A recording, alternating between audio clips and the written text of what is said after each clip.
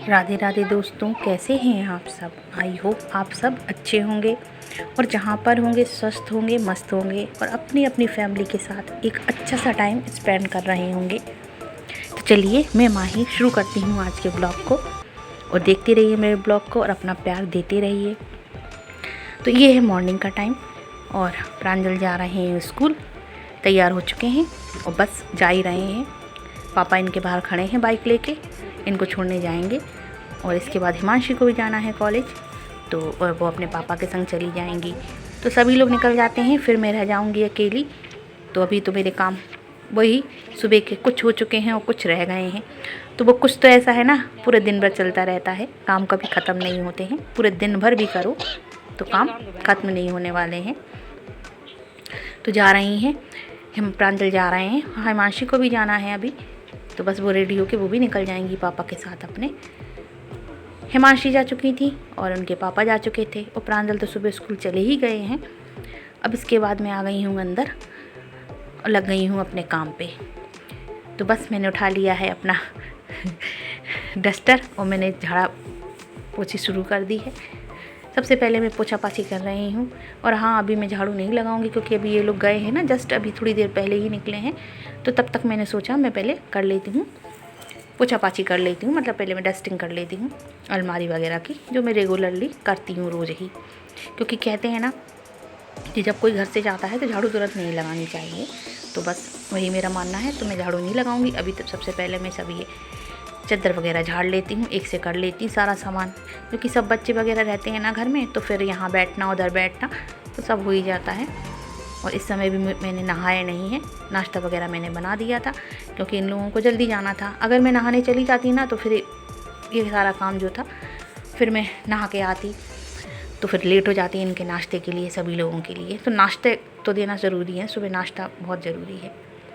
तो चलिए, आज के ब्लॉग में आपको मेरा ब्लॉग भी देखने को मिलेगा, मेरा डेली रूटीन भी देखने को मिलेगा और मैं आपके संग ऐसी 10 टिप्स शेयर करूंगी जो कि बहुत आवश्यक होती हैं। अगर आप चाहते हैं आपके घर में खुशहाली रहे और बरकत रहे तो 10 टिप्स को आपको ज़रूर फॉलो करना चाहिए। तो सबसे पहली टिप्स तो मेरी यही है कि कभी भी कोई जाता है तो झाड़ू आप उस समय मत लगाइए, थोड़ी देर बाद लगाइए। टिप्स नंबर 1 तो ये हो गई। और टिप्स नंबर 2 मेरी ये है कि जितना मतलब डस्टिंग आप रोज़ करिए। तो डस्टिंग इसलिए ज़रूरी होती है, मतलब कि आपके जितने भी फूलदान वगैरह हैं, सोफ़े हैं और सारी चीज़ें डेली उनको पोछिए, वो बहुत ज़रूरी है पोछना। क्योंकि अगर आप इकट्ठे सारा काम कर लेते हैं ना तो फिर वो इकट्ठे बहुत बढ़ जाता है। तो डेली ही उसको पोछते रहिए गीले कपड़े से, तो धूल मिट्टी जो है रोज़ साफ़ होती रहेगी, तो इकट्ठे आपको दिक्कत नहीं होगी करने में। तो अब इसके बाद देखिए मैं आ गई हूँ, मैंने झाड़ू लगा ली थी और झाड़ू की जो क्लिप थी मेरी पता नहीं कैसे डिलीट हो गई, तो उसके लिए सॉरी। तो झाड़ू मैंने लगा ली थी, अब मैं लगा रही हूँ पोछा। और मेरी दूसरी टिप्स आप लोगों के लिए ये है कि पोछा तो आप ज़रूर घर में लगाइए, मतलब रोज़ ही झाड़ू पोछा बहुत ज़रूरी होता है। हाँ, गुरुवार का दिन छोड़ के कई लोग, जो लोग गुरुवार का नियम करते हैं, मतलब जो लोग फास्ट रखते हैं, तो वो लोग गुरुवार वाले दिन घर में पोछा नहीं लगाते हैं, तो वो लोग ना लगाएं। लेकिन वैसे अगर आप नहीं रखते हैं तो आप लगाइए, मतलब पोछा रोज़ लगाना चाहिए। घर को क्लीन करना बहुत ज़रूरी होता है। कहते हैं ना कि जहाँ पर साफ शुद्धता होती है, साफ़ सफाई होती है, वहीं पर लक्ष्मी का वास होता है और सुख शांति रहती है घर में। तो डेली झाड़ू पोछा ज़रूर करिए। तो मैंने कई लोगों के यहाँ देखा है कि झाड़ू लग जाएगी, कहो किसी दिन पोछा ना लगे, अरे अब क्या करना है, साफ़ तो दिख रहा है। ऐसा मैंने देखा है कई लोगों के यहाँ कि उनके यहाँ कहो पोछा ही ना लगे, तो ये गलत होता है। पोछा जो रोज़ लगाइए, एक तो साफ़ सफाई होती है और घर में इससे सुख शांति भी रहती है। तीसरी टिप्स मेरी ये है कि जितनी बार भी आप कुछ भी काम करिए तो अपने काउंटर टॉप को ज़रूर साफ़ करिए, ज़रूर पोछिए। क्योंकि जैसे किचन में कुछ भी काम कर रहे हैं, कुछ गिर गया तो आपने डला छोड़ दिया, कुछ कहीं कुछ रखा, कुछ गिर गया, तेल गिर गया या कुछ भी गिर गया, मसाला गिर गया, फैल गया, तो उसे जब भी हो तो साफ़ करिए। मतलब किचन काउंटर टॉप को कभी भी गंदा मत छोड़िए। तो ये मेरी तीसरी टिप्स थी। देखिए अब मैं नहा के आ गई हूँ, मैंने नहा लिया था, मेरे सारे काम क्लीनिंग वाले पहले निपट चुके थे। अब मैं आ गई हूँ, मैंने नहा लिया था, नहा के मैं आ गई थी। मैंने चाय तो बना ही ली थी, पहले चाय मैं बना के रख गई थी क्योंकि मैंने सोचा मैं नहा के आऊँगी तो मुझे चाय तैयार मिलेगी। क्योंकि अब सुबह से मैंने चाय नहीं पी थी ना, बिना नहाए मैं चाय नहीं पीती हूँ। आप लोग भी नियम अपनाइए कि बिना नहाए चाय ना पिए, क्योंकि ये नियम करने से हम गृहिणी हैं, हम लक्ष्मी है ना घर की, तो हम लोगों की जिम्मेवारी है घर को सुचारू रूप से चलाना, बहुत अच्छे से चलाना। तो ये सब हम ही कर सकते हैं। देखिए अगर ऐसा ना होता तो स्त्रियों को घर की लक्ष्मी नहीं कहा जाता। तो घर की लक्ष्मी वही होती है जो घर में साफ शुद्धता का ध्यान रखे, नियम को मान के चले और करके चले। तो मेरा तो ये मानना है। तो मैं तो चाय तभी पीती हूँ जब मैं नहा के आ जाती हूँ। सच बताऊँ, काफ़ी सालों से मेरा नियम है। कर सकते हैं तो करिए, नहीं कर सकते हैं तो कोई बात नहीं। चलिए अब मैं बना रही हूँ सब्जी, क्योंकि मुझे खाना बनाना है और प्रांजल को भी लेने जाना है। 12 बजे उनकी छुट्टी होती है। मैं बना रही हूँ खाना। एक टिप्स मेरी आपको है खाने सब्जी को लेके। अगर आप सब्जी बनाती हैं तो सब्जी में जब जैसे कई लोग अच्छा खाना पसंद करते हैं, टेस्टी खाना पसंद करते हैं, तो जब भी आप ग्रेवी बनाइए तो उसमें थोड़ा सा लहसुन और मिर्ची वगैरह पीस के थोड़ा सा डालिए, अदरक वगैरह, तो उससे ग्रेवी का स्वाद बहुत अच्छा आता है। चलिए मैं अगली टिप्स की तरफ चलती हूँ। ये मेरी है 5वीं टिप्स। ये है आटे को लेकर। जब भी आप आटा गूँधें तो आप परात के नीचे कुछ ना कुछ कपड़ा ज़रूर बिछा लीजिए। देखिए मैंने बिछा लिया है ना। कहते हैं परात को कभी भी नीचे रख के आटा नहीं गूँथना चाहिए। ये मैं अभी से नहीं, मैंने अपनी मम्मी को देखा था। मेरी मम्मी जब भी आटा गूँथती थी तो परात के नीचे एक कपड़ा बिछा लेती थी। तो उस समय मुझे समझ में नहीं आता था इसका क्या रीज़न है, लेकिन अब जाना। कहते हैं परात के नीचे कपड़ा बिछाना चाहिए, बर्तनों की आवाज़ नहीं होनी चाहिए। अगर जैसे बर्तनों की आवाज़ होती है घिसटने की, एक तो बर्तन ख़राब होते हैं, दूसरा रिश्तों में भी वो मिठास नहीं रहती है हम लोगों के पति पत्नी के रिश्तों में। देखिए छोटी मोटी अनबन तो हर किसी के घर में होती है, ऐसा नहीं है, लेकिन बड़ी बातें हो जाना वो ठीक नहीं है। तो मेरी ये टिप्स थी 5वीं। अब मेरी है 6ठी टिप्स। और फिर इसके बाद देखिए जब भी मैं काम करती हूँ तो मैं काउंटर टॉप ज़रूर साफ़ करती हूँ, मेरी आदत है। तो इसको अपनी आदत में ज़रूर शुमार करिए, ज़रूर शामिल कीजिए। साफ़ सफाई रहती है, इकट्ठे कोई चीज़ फैला के मत रखिए। अब देखिए इधर पे प्रांजल को मैं ले आई थी और आ गई हूँ मैं, और पास ही में स्कूल है तो ऐसा कोई कपड़े वगैरह बदलने नहीं पड़ते हैं। तो मैं तो ऐसे ही चली गई थी जल्दी से लॉक लगा के, और प्रांजल को लेके आ गई थी। प्रांजल को मैंने नहला दिया था। अब मैं प्रांजल को कर रही हूँ रेडी। अच्छा प्रांजल अभी छोटे हैं तो इनका सारा काम करना ही पड़ता है। 6 साल के हैं अभी, मतलब 6 कंप्लीट हैं, 7 में चल रहे हैं। तो इनको मैंने तैयार कर दिया है। और हाँ, बच्चों को जब भी आप नहलाइए तैयार करिए तो इन्हें काजल, छोटे बच्चे हैं तो इन्हें काजल का टीका ज़रूर लगाइए छाती पे।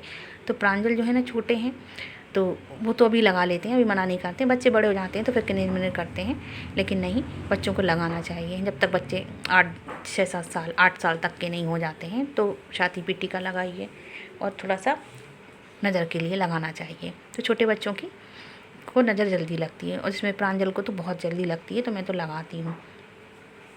तो उनकी तो आदत है, वो दोनों हाथों पे भी लगवाएंगे, दोनों पैरों पे भी लगवाएंगे, और माथे पे भी लगवाएंगे, और छाती में तो मैं लगाती हूँ। तो काजल तो वो लगाते हैं। तो बच्चों का ध्यान रखिए, छोटे बच्चे अगर आपके घर में हैं तो इस चीज़ का ज़रूर ध्यान रखिए। कई लोग काजल नहीं लगाते, अब कहते हैं डॉक्टर मना करते हैं काजल लगाने के लिए। ठीक है, अब समय के साथ चीज़ें बदल गई हैं, लेकिन हम लोग तो छोटे थे तो मम्मी तो काजल लगाती थी हम लोगों की, और मैं तो लगाती हूँ भाई, जिसको जो मानना है माने, लेकिन मैं तो लगाती हूँ अभी प्रांजल को। देखिए जब तक मैं काम कर रही थी मैंने प्रांजल को मतलब रेडी किया, इतनी देर में मेरी सब्ज़ी लगभग होने वाली है। और मैंने रसेदार सब्ज़ी बनाई है, आलू और लौकी की सब्ज़ी बनानी थी मुझे, तो मैंने बना ली है। चढ़ी है सब्ज़ी, रेसिपी मैंने शेयर नहीं करी, कोई ज़रूरी नहीं था, सिंपल सी सब्ज़ी बनाई थी मैंने। अब चलिए मैं आ गई यहाँ, बर्तन तो मेरे ढेर हो गए हैं, तो मुझे लगा पहले मैं बर्तन साफ़ कर लूँ। और हाँ अभी मुझे रोटियाँ बनानी हैं, लेकिन पहले मैं बर्तन निपटा लेती हूँ। बर्तन का काम निपट जाता है तो बड़ा सुकून मिलता है, और सिंक जिसमें क्लीन रहे ना उससे अच्छा है। तो ये भी एक मेरी 6ठी टिप्स मेरी ये है, 7वीं टिप्स मेरी ये है कि सिंक को कभी भी गंदा मत छोड़िए। बर्तन थोड़े हो जाएं क्लीन करके रखिए, थोड़े हो जाएं, या फिर ज़्यादा इकट्ठे हो जाते हैं, ज़्यादा बड़ी फैमिली है तो नहीं हो पाता है, तो इकट्ठे करके मांज लीजिए। और जहाँ तक कोशिश करिए जितनी बार मांजिए उतनी बार सिंक को क्लीन ज़रूर करिए, सिंक को कभी गंदा मत छोड़िए। अब मैं आ गई हूँ रोटी बनाने। अब एक टिप्स मेरी रोटी को लेकर है कि जब भी आप आटा गूँधें, आटा गूँधने के बाद आटे में अपनी फिंगर के निशान ज़रूर बनाइए। देखिए मेरे बने हैं फिंगर के निशान। कहते हैं ऐसा आटा गूँध के रखना मतलब पिंड बना देना होता है, तो वो ख़राब होता है। तो आटे को गूँधिए, उसमें फिंगर के निशान ज़रूर बनाइए। और पहली रोटी जब भी बनाए तो गाय की रोटी ज़रूर बनाइए, एक छोटी रोटी गाय की ज़रूर बनाइए जब भी बनाए। तो मैं तो जब पूड़ी बनाऊँ, पराठा बनाऊँ या रोटी, तो मैं पहला जो भी बनाती हूँ पहला गाय के लिए ज़रूर निकालती हूँ। उसमें इसकी, और सबसे फिर बाद में लास्ट में जो रोटी बनती है वो एक रोटी कभी भी छोटी नहीं बननी चाहिए। पहली रोटी तो छोटी बननी चाहिए, लेकिन लास्ट की रोटी कभी भी छोटी नहीं बने। अब जैसे मान लिया कि इतना आटा बचा कि उसमें रोटी छोटी छोटी बन रही है, तो आप एक बना लीजिए, बड़ी बनाइए, मतलब छोटी नहीं, ये ध्यान रखिए। तो ये सब जो चीज़ें होती हैं ना, हमारे बड़े बूढ़ों ने हमको बताई हैं, तो उसके भी फ़ायदे होते हैं हम लोगों के लिए। घर गृहस्थी बहुत अच्छे से चलती है और इसके भी बहुत मतलब पॉजिटिव वो है, फ़ायदे हैं हम लोगों को। तो और रोटी मैं बताऊँ, हमेशा मैं तवे पे 2 रोटी सेकती हूँ। कभी भी रोटी एक नहीं सेकनी चाहिए, रोटी को 2 ही सेकें हमेशा। तो मैं तो हमेशा सेकती हूँ। अब आप लोग कैसे सेकते हैं तो आप लोग बताना ज़रूर। मैं तो हमेशा तवे पे 2 ही रोटी सेकती हूँ और आराम से सिक जाती है, मेरी आदत है। और मैं तो 4 भी सेक लेती हूँ, तो ये मेरा है। लेकिन 2 रोटी हमेशा सेकिए, और तवे को कभी भी खाली मत डालिए, तुरंत सेकिए, तुरंत उस पर दूसरी रोटी डालिए। अब देखिए हिमांशी के पापा आ चुके हैं हिमांशी को लेके, वो खा रहे हैं खाना, और मैंने खाना उनको दे दिया है। तो ये भी है एक पत्नी का कर्तव्य कि पहली बात तो घर से आदमी कभी भी भूखा नहीं जाना चाहिए। कभी इमरजेंसी है, कभी कभी हो जाता है कि नहीं बन पाता है, तो थोड़ा बहुत खा के निकलें। लेकिन जब भी मतलब घर में आते हैं, टाइम थोड़ा है, लेकिन आपका फ़र्ज़ बनता है घर की लक्ष्मी का कि पति को कभी भी भूखा जाने ना दे। पहली बात तो ये। दूसरा ये कि उनको भोजन समय पे बना के दे और खिलाए ज़रूर कि भाई थोड़ा बहुत खा के जाइए। मेरी तो इसी बात के पीछे लड़ाई होने लगती है। ये कहते हैं मुझे देर हो रही, तो मैं कहती नहीं, आप कुछ थोड़ा ही सा खा लो, लेकिन भूखे मत जाओ। तो आप लोग भी इस चीज़ का ज़रूर ध्यान रखिए। अब देखिए, अब मेरी ये 7वीं टिप्स ये है आटे को लेकर। जब भी हम रोटियां बनाते हैं ना, तो लास्ट में जो आटा गिर जाता है नीचे, देखिए आटा गिर गया है, तो इस आटे को फेंकना नहीं है कहीं भी। आप इस आटे को किसी पुड़िया में या किसी चीज़ में करके रख लीजिए। इसको या तो गाय को खिला दीजिए, या चींटियों को डाल दीजिए, या फिर चिड़ियों को डाल दीजिए, या फिर किसी क्यारी में डाल दीजिए, लेकिन इसको फेंकना नहीं है, इसको ध्यान रखिए। तो इस आटे को मैं रख लेती हूँ, कभी मैं फेंकती नहीं हूँ। और जो चकला बेलन होता है रोटी का, चकला बेलन को लेके भी मेरी ये आपको एक बहुत अच्छी टिप्स ये है कि चकला बेलन को कभी भी जूठे बर्तनों में नहीं रखना चाहिए। चकला बेलन को अलग ही रखिए और अलग से ही धो के उसको रखिए। फिर एक टिप्स है मेरी ये तवे को लेके। तवे को कभी भी खाली गैस पे मत, गैस पे तो कोई बर्तन रख के छोड़ना ही नहीं चाहिए आपको, उसको हटा लीजिए तुरंत। तो गैस के ऊपर अभी मेरी कढ़ाई रखी है, इसमें सब्जी है, तो मैं इसको खाली करके गैस को बिल्कुल खाली कर दूंगी। तो गैस के ऊपर भार नहीं रखना चाहिए। कहते हैं गैस के ऊपर भार रखने से हमारे ऊपर दिन प्रतिदिन भार बढ़ता जाता है। तो इसके बाद मेरी एक और टिप्स ये है कि जो ये सब्ज़ी जब भी बनाए आप, रसेदार सब्ज़ी, तो कभी भी एल्युमिनियम की कढ़ाई में रख के मत छोड़िए, इसको तुरंत खाली करिए। चलिए अब मैं बताती हूँ आपको नेक्स्ट टिप्स। दूध को कभी भी खुला नहीं रखना चाहिए। दूध के ऊपर हमेशा छन्नी लगा के या फिर ढक्कन लगा दीजिए आधा, लेकिन खुला रख के कभी भी उसको ठंडा होने मत रखिए। कहते हैं ये भी अशुभ होता है, अच्छा नहीं माना जाता है। इसके बाद मेरी एक और टिप्स ये है कि गैस को कभी भी, आपने रोटियां बनाई जैसे, आपको गैस साफ़ करनी है तो गैस को थोड़ा ठंडा हो जाने दीजिए। तुरंत के तुरंत उस पर कपड़ा मत मारिए, मतलब तुरंत नहीं पोंछिए, क्योंकि उस पर कपड़ा पड़ेगा ना तो छन्न मरने की आवाज़ होती है ना, तो वो नहीं होनी चाहिए। ऐसा ही तवे को लेके है कि गरम तवे पे कभी पानी मत डालिए, वो वैसा ही गैस को लेके है। तो आप दूसरे काम कर लीजिए, जब तक बहुत किचन में बहुत समेटने को रहता है, थोड़ी देर गैस को छोड़ दीजिए, तो गैस ठंडी हो जाएगी, तब आप गैस को क्लीन करें। तो अभी तो मेरी गैस साफ़ है, तो मैंने साबुन से नहीं करी है, नहीं रेगुलरली मैं करती हूँ। अभी इतना मतलब वैसी नहीं है कि इस पर कुछ गिर गया हो, तो अभी तो मैंने कपड़े से पोंछ ली है गीले। और काउंटर टॉप तो कभी गंदा छोड़ना ही नहीं है, फिर से मैं बोलूँगी, इसको क्लीन करिए। अभी मेरे क्या कहना चाहिए, काउंटर टॉप पे थोड़ा सा सामान ज़्यादा है, क्योंकि एक्चुअल में नीचे जगह नहीं है ना इतनी रखने की, और जब नीचे रखने की जगह सेल्फ वगैरह बन जाएंगी तो फिर ये सामान हट जाएगा। क्योंकि पानी वगैरह का बर्तन मैं नीचे नहीं रखती हूँ, ऊपर ही रखती हूँ। गंदे वगैरह हो जाते हैं बर्तन नीचे रखो तो, झाड़ू वगैरह लगाते समय झाड़ू वगैरह लग जाए, तो इसलिए मैं ऊपर रखती हूँ। तो जितना इस पर वजन हल्का रहेगा ना काउंटर टॉप पे, उतना ही अच्छा रहता है। कई लोगों के यहाँ बहुत सामान रखा रहता है तो वजन ही बढ़ता है। आई होप आज का वीडियो आपको पसंद आया होगा। कमेंट करके ज़रूर बताइए कि आपको मेरी कौन सी टिप्स अच्छी लगी।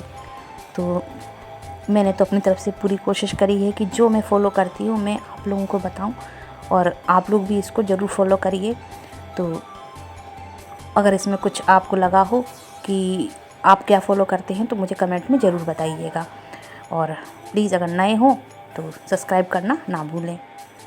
तो मेरा तो ऐसे ही करना है, तो मैं आप लोगों को बताती हूँ, आप लोग ज़रूर फॉलो करिए। अगर आपको वीडियो पसंद आता है तो मैं आगे भी ऐसे ही वीडियो बनाऊँगी। मिलती हूँ नेक्स्ट ब्लॉग में। Till then bye and take care. Radhe Radhe.